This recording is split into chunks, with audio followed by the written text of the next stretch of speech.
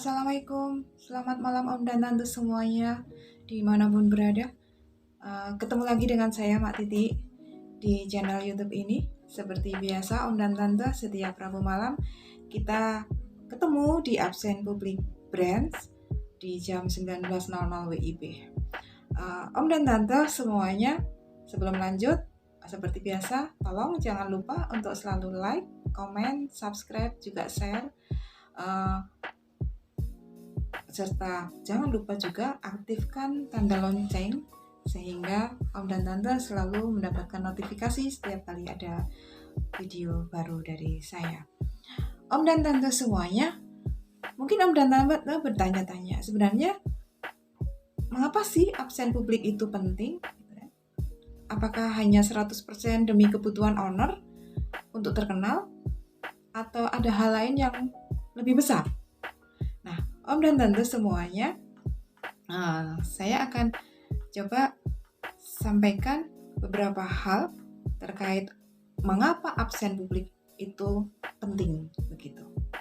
Jawabannya ada 4 setidaknya Om dan Tante. Yang pertama adalah untuk mengukur engagement jaringan dalam konfigurasi. Kemudian yang kedua adalah untuk memastikan jaringan menyimak saat diberi materi. Dan yang ketiga adalah bukti loyalitas jaringan. Dan yang keempat adalah viral yang mengarah pada branding perusahaan.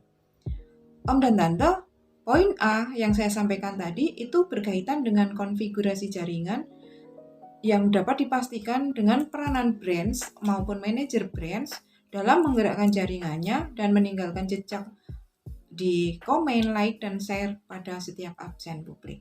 Nah, membangun konfigurasi jaringan ini sama dengan membangun konfigurasi toko yang membutuhkan pengelolaan manajemen. Nah, jumlah outlet toko ini harus diimbangi dengan manajemen pengelola yang telah ditentukan by system. Konfigurasi toko pada brands itu adalah sejumlah reseller yang dibangun oleh Om dan Tante agen-agen di bawah brands.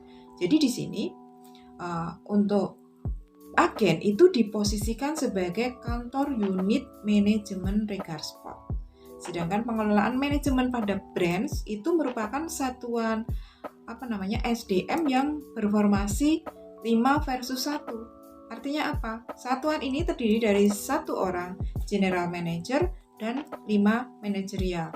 Mulai dari manajer konfigurasi, desain, keuangan, kemudian produksi, serta regulasi seperti itu. Nah, pengelolaan manajemen ini Om dan Tante ini diadopsi total dari manajemen pusat. Artinya apa? Brands merupakan bentuk kantor cabang manajemen pusat Regarsport. Sedangkan agen seperti tadi saya katakan adalah kantor unit begitu. Nah, untuk melihat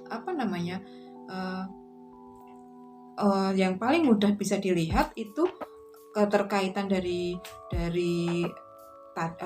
antara kantor pusat kemudian branch dan kantor unit adalah dilihat dari bagaimana absen publik itu dilakukan begitu. Nanti akan terlihat Om dan Tante, adakah ini agen atau jajaran agen itu yang tidak bisa memimpin jaringannya, artinya reseller-reseller di bawahnya untuk hadir dalam absen publik ini. Itu akan terlihat nanti.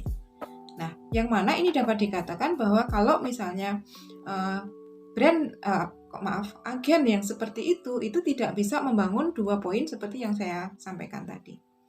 Nah, barangkali kalau terjadi seperti itu, mungkin yang terbaik bukan jadi kantor unit nih agennya. Bisa jadi mungkin harus di-downgrade nih dari jadi reseller. Nah, kan ini nggak enak banget ya Om dan Tante.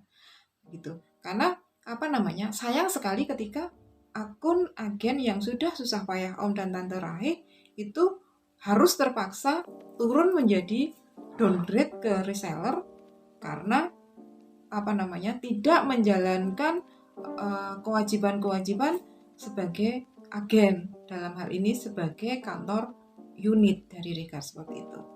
Nah, Om dan Tante, untuk itu saya berharap kita semuanya bisa sukses bareng-bareng.